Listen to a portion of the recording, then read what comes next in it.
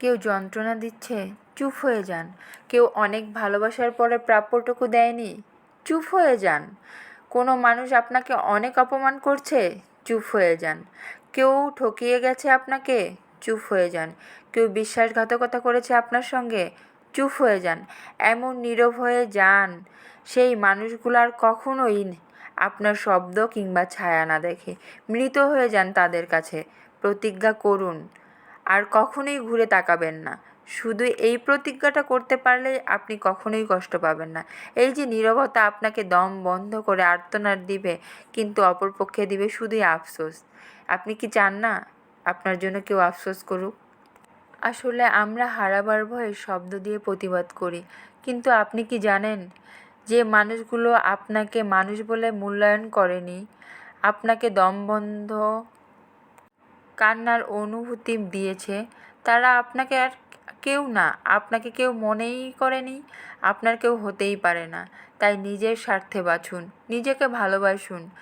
আপনার একজন সৃষ্টিকর্তা আছে। সকল দুঃখ কষ্ট চাওয়া পাওয়ার কথা সৃষ্টিকর্তার কাছে বলুন, তিনি সব কিছুর সমাধান করবেন। আপনি কি ভুলে গেছেন সৃষ্টিকর্তা একবার এক দরজা যদি বন্ধ করে যায়, আমাদের জন্য আরও হাজারটা দরজা খুলে রাখেন তিনি, শুধু আমাদের চাওয়ার অপেক্ষায় থাকে। নিজেকে ভালোবাসুন, সৃষ্টিকর্তার উপরে ভরসা রাখুন, আর নিজেকে এমনভাবে তৈরি করুন যাতে মানুষ ঠিক আপনাকে ততটুকুই ব্যবহার করতে পারে যতটুকু ব্যবহার করলে আপনি আপনার মূল্যায়নটা এবং আপনার প্রাপ্যটুকু পাবেন। নিজেকে লবণের মতো তৈরি করুন। লবণ ছাড়া যেমন মানুষ চলতে পারে না, একটা তরকারি খেতে পারে না, লবণ ঠিক ততটুকুই মানুষ ব্যবহার করে যতটুকু প্রয়োজন। কমও দিতে পারে না, বেশিও দিতে পারে না। আসলে কি জানেন, আমাদের সমাজটাই কেন জানি এমন। একটা মানুষকে পাওয়ার জন্য কতই কিনা করে। আসলে মাঝে মাঝে সত্যি খুব বেশি চিন্তা হয়, মাঝে মাঝে খুব বেশি আমাকে ভাবায় এই জিনিসগুলা। একটা মানুষ প্রেমে পড়ার আগে কখনো চিন্তা করে না প্রেমে পড়ার পরে কি হবে, কিন্তু প্রেমে পড়ার পরে চিন্তা করে এখন কি হবে। আসলে কি জানেন, মানুষ মুহূর্তগুলোকে সুন্দর করার জন্য সুন্দর সুন্দর কথা বলে, আর কিছু মানুষ আছে এতটাই বোকা যে সেই কথাগুলোকে খুব সহজে বিশ্বাস করে। আর সেই কথাগুলোকে বিশ্বাস করে ছোট ছোট ছোট স্বপ্ন তৈরি করতে করতে এতটাই বিশাল স্বপ্ন তৈরি করে, আর যখন স্বপ্নটা তৈরি করা শেষ হয়ে যায় তখন অপর পাশের মানুষটা পুরো এক নিমিষে সব কিছু চুরমার করে দেয়। আসলে কি, একটা মানুষের স্বপ্ন চুরমার করে না, একটা মানুষের মনটাকে চুরমার করে দেয়। এটা দেখা যায় না, এটা বাহির থেকে শুধু অনুভব করা যায়, যতটুকু সে দেখায় ততটুকুই। আসলে এই জায়গাটা যারা আছে শুধু তারাই একমাত্র বুঝতে পারবে। আমাদের সমাজটা খুবই খারাপ, খুবই খারাপ, খুবই নিকৃষ্ট আমি বলবো।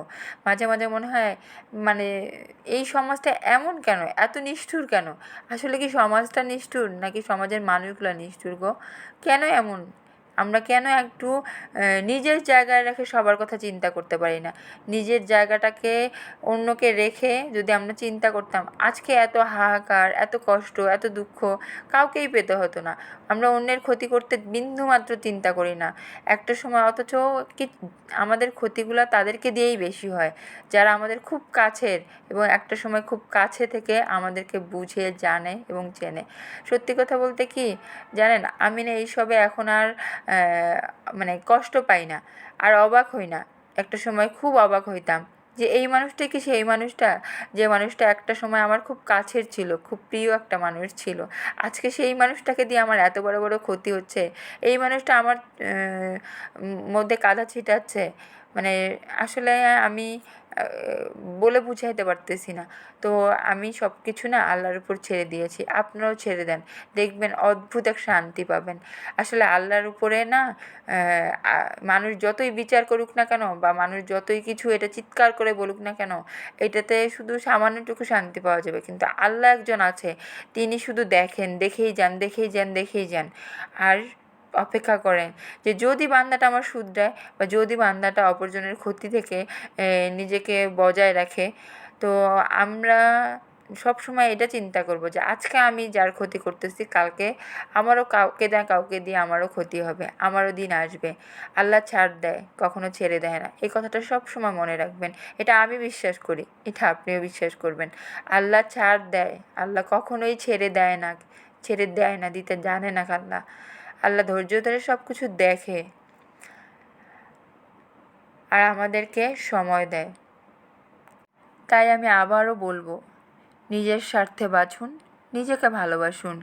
আপনার একজন সৃষ্টিকর্তা আছেন। সকল দুঃখ কষ্ট চাওয়া পাওয়ার কথাগুলো শুধুমাত্র সৃষ্টিকর্তার কাছেই বলুন।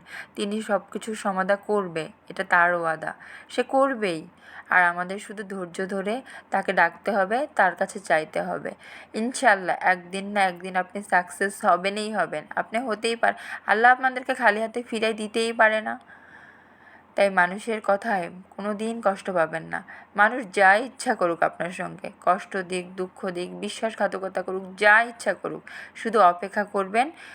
এমন একটা দিন আসবে যেই দিনটার কথা আপনি চিন্তাও করতে পারবেন না। ভালো থাকবেন, সুস্থ থাকবেন, নিজেকে ভালোবাসবেন।